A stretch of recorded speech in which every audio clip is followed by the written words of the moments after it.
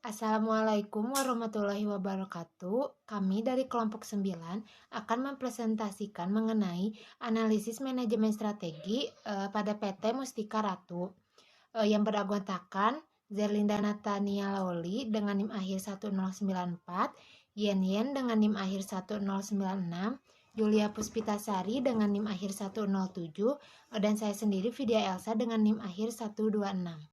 Adapun konten yang akan dibahas pada presentasi kali ini yaitu yang pertama mengenai sejarah PT Mustika Ratu, kemudian analisis SWOT, pertumbuhan strategi perusahaan, struktur organisasi perusahaan, budaya organisasi, dan pengendalian strategi. Sejarah PT Mustika Ratu. PT Mustika Ratu ini didirikan oleh BRA Muriati Sudibyo yang lahir di Surakarta pada tanggal 5 Januari 1928. Kemudian beliau mempelajari keterampilan meramu dari bahan-bahan alami. Pada tahun 1956, keterampilan BRA Muriati Sudibyo ini menjadi terkenal di lingkungannya. Kemudian pada tahun 1973 mulai untuk membuatnya dalam skala besar di garasi rumahnya. Kemudian pada tahun 1978, produk Mustika Ratu mulai didistribusikan ke berbagai toko. Selanjutnya pada tanggal 8 April 1981 diresmikanlah pendirian pabrik PT Mustika Ratu oleh Menteri Kesehatan yang kemudian dicatatkan sahamnya di PT Bursa Efek Jakarta pada tahun 1995. Pada tahun 1996 pesarewan telah mendapatkan sertifikat ICO 1401 dan ICO 9002. Dan pada tahun 2009 perusahaan menerapkan standar versi terbaru dari ICO 9001 berbanding 2008. Kemudian Mustika Ratu ini mencoba melangkah ke mancanegara di mana meluasnya pada bisnis perawatan kecantikan seperti spa. Bisnis ini pun turut menjadi kebanggaan Indonesia sebagai salah satu produk bermutu yang berbahan dasar dibuat dan dihasilkan dari sumber daya Indonesia. Selanjutnya ada visi misi dari PT Mustika Ratu. Visinya itu yaitu menjadikan warisan tradisi keluarga leluhur Indonesia dan ramuan rahasia berbasis kekayaan hayati sebagai dasar untuk industri perawatan kesehatan dan kecantikan yang holistik dengan didukung proses riset dan teknologi berkelanjutan untuk memberikan manfaat bagi masyarakat dan lingkungan. Adapun misinya yaitu falsafah kesehatan dan kecantikan holistik dari Indonesia Royal Heritage yang digali kembali oleh Ibu BRA Muriati Sudibyo untuk dinikmati oleh masyarakat dan lingkungan sebagai karunia Tuhan diwujudkan melalui terciptanya satu, sumber daya manusia yang berkomitmen dan kompeten, yang kedua, pengelolaan perusahaan yang baik, berdisiplin, tinggi, dan tangkas, ketiga, menciptakan inovasi yang relevan dan memberikan manfaat bagi masyarakat dan lingkungan, keempat, mengutamakan kepuasan pelanggan, dan yang kelima, menggunakan riset dan teknologi untuk kemajuan perusahaan. Saya Julia Puspitasari akan melanjutkan penjelasan mengenai analisis SWOT. PT Mustika Ratu memiliki berbagai kekuatan. Yang pertama adalah produknya berbahan dasar alami, lalu memproduksi sesuai dengan standar ISO, kemudian memiliki jaringan distribusi yang luas, tersebar di berbagai kota bahkan negara, lalu selalu melakukan training untuk meningkatkan kinerja SDM-nya, serta memiliki berbagai penghargaan atas kesuksesannya. PT Mustika Ratu juga memiliki beberapa kelemahan. Yang pertama adalah masih menggunakan teknologi standar, lalu kurangnya promosi, serta bentuk fisik yang kurang menarik. Untuk peluang dari PT Mustika Ratu sendiri yaitu perluasan pangsa pasar ke berbagai negara dengan menjadi sponsor utama ajang pemilihan Putri Indonesia. Lalu untuk ancamannya sendiri yaitu banyaknya pesaing yang lebih diminati oleh konsumen serta banyaknya pesaing yang lebih gencar untuk melakukan promosi. Selanjutnya di sini saya akan menjelaskan tentang pertumbuhan strategi pada PT Mustika Ratu. Yang pertama yaitu ada forward integration, yaitu upaya memiliki atau meningkatkan kendali atas distributor atau pengecer. Dalam upaya untuk meningkatkan pertumbuhan penjualan ke depan, pendistribusian barang dibantu oleh distributor yang tersebar di berbagai kota di seluruh Indonesia. Lalu perusahaan membentuk Customer Service Center untuk mengaplikasikan konsep-konsep pemenuhan kebutuhan pelanggan terhadap produk-produk perseroan. membentuk customer service center ini untuk dapat berinteraksi dengan konsumen akhir atau pelanggan maupun mitra usaha. Selanjutnya di sini ada strategi intensif. Yang pertama yaitu ada market penetration, yaitu dengan menjadikan Putri Indonesia sebagai bintang iklan untuk memanfaatkan secara maksimal citra positif yang dimiliki oleh Putri Indonesia. Lalu yang kedua ada market development, yaitu upaya untuk memperkenalkan produk ke wilayah geografis baru. Dalam hal ini, PT Mustika Ratu meningkatkan ekspansi ekspor produknya ke berbagai negara.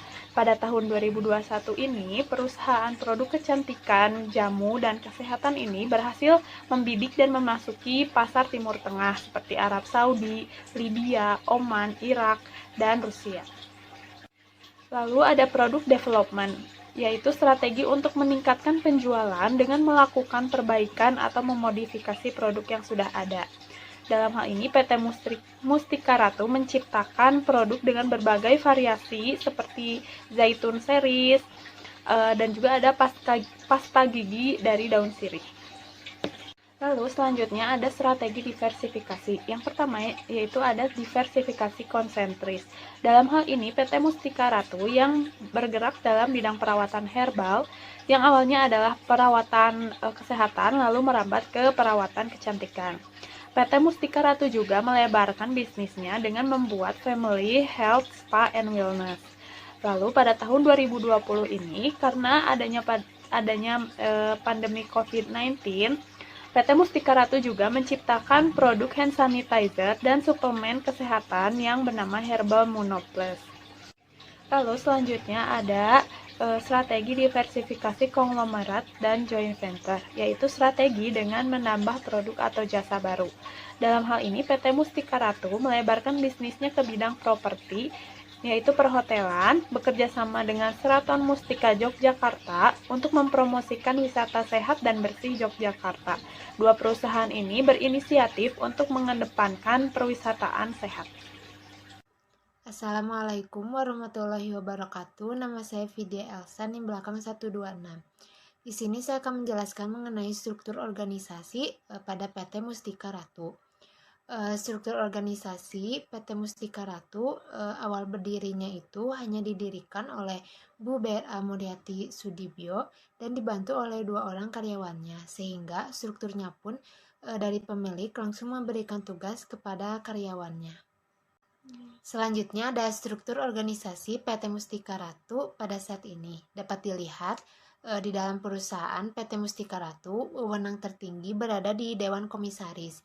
Ialah orang yang membuat dan menentukan kebijakan dalam perusahaan. Dalam melaksanakan kewajibannya, Dewan Komisaris ini dibantu oleh Komite Audit, Komite Dewan Pengawas, dan Presiden Direktur. Presiden Direktur ialah orang yang memimpin perusahaan dan mengkoordinasikan seluruh kegiatan di dalam perusahaan. Dalam melaksanakan tugasnya, Presiden Direktur juga dibantu oleh internal audit dan sekretaris perusahaan.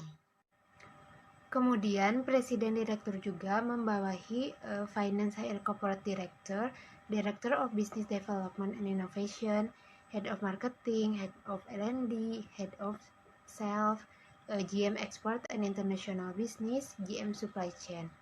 Yang dimana Finance HR Corporate Director juga membawahi Budget and Financial Controller, Finance and HR Controller, dan juga GM HR. Dan juga Director of Business Development and Innovation membawahi Head of SPA Wellness dan juga Head of Business Development. Selanjutnya adalah budaya organisasi. Menurut Sein tahun 1992, budaya organisasi merupakan pola dasar yang diterima oleh organisasi untuk bertindak serta untuk memecahkan masalah.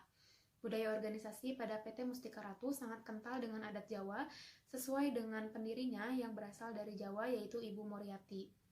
Untuk budaya yang pertama yaitu memayu hawaning bawana, yang artinya adalah penting untuk mempercantik diri secara vertikal kepada Tuhan Yang Maha Esa serta secara horizontal untuk selalu berinteraksi dengan baik kepada lingkungan masyarakat.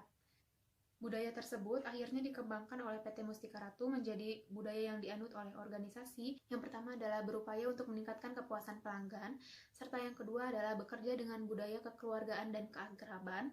Yang ketiga adalah menghargai integritas dan profesionalisme yang tinggi, serta yang keempat adalah menunjang kerjasama dan gotong royong dalam mencapai tujuan bersama. Budaya yang selanjutnya yaitu Toto, Titi, Titis, Tetek, Teguh, Tanggap, serta Tenggrinas, yang artinya adalah panduan dalam beraktivitas sehari-hari untuk selalu berkomunikasi sebaik mungkin agar dapat dipahami secara profesional. Selain itu, untuk budaya yang selanjutnya yaitu PT Mustika Ratu selalu memiliki semangat pengabdian yang tinggi untuk melestarikan budaya leluhur Indonesia. Selanjutnya adalah pengendalian strategi. Strategi yang dipilih yaitu strategi pada tahun 2020, diversifikasi produk, yaitu hand sanitizer, serta suplemen kesehatan. Untuk pendekatan yang digunakan yaitu pendekatan tradisional dengan membandingkan kinerja perusahaan dengan standar ukurnya. Untuk menentukan standar ukur, PT Mustika Ratu telah menentukannya pada annual report tahun 2019, yaitu meningkatkan penjualan sebesar 5% pada periode selanjutnya. Untuk menghitung kinerja perusahaan, PT Mustika Ratu telah menghitung penjualan bersihnya pada tahun 2020, yaitu sebesar 318,408 miliar. Tahap selanjutnya yaitu membandingkan kinerja perusahaan tersebut dengan standar ukurnya. Berdasarkan strategi tersebut, PT Mustika Ratu mampu mencatatkan penjualan bersihnya pada periode 2020 sebesar 318,408 miliar rupiah. Penjualan tersebut meningkat 4% dari tahun sebelumnya, yaitu 305,225 miliar. Dalam hal ini, PT Mustika Ratu masih kurang untuk mencapai target atau standar penjualan bersihnya, karena hanya mencapai peningkatannya itu sebesar 4%, sedangkan standarnya yaitu 5%. Oleh karena itu, perusahaan masih perlu untuk melakukan evaluasi atau meninjau ulang atas strategi yang telah dilakukan. Sekian presentasi dari kelompok kami. Mohon maaf apabila ada kesalahan. Wassalamualaikum warahmatullahi wabarakatuh.